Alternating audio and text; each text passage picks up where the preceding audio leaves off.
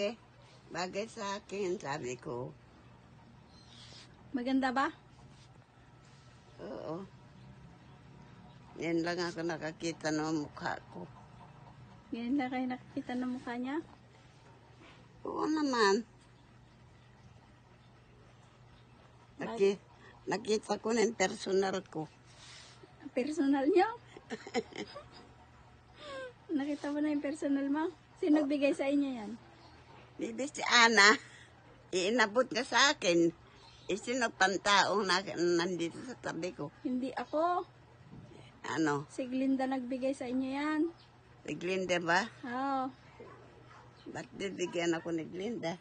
Eh kasi mahal niya kayo. Eh bakit nang purnungot kayo? Na ano yung kamay ko na nininikol, baka mabitawan ko. Michael, anong sasabihin niyo? Maraming salamat. Pagpalain ka ng Panginoon Diyos na mga biyayang binigay mo sa akin. Oh, very good na yun.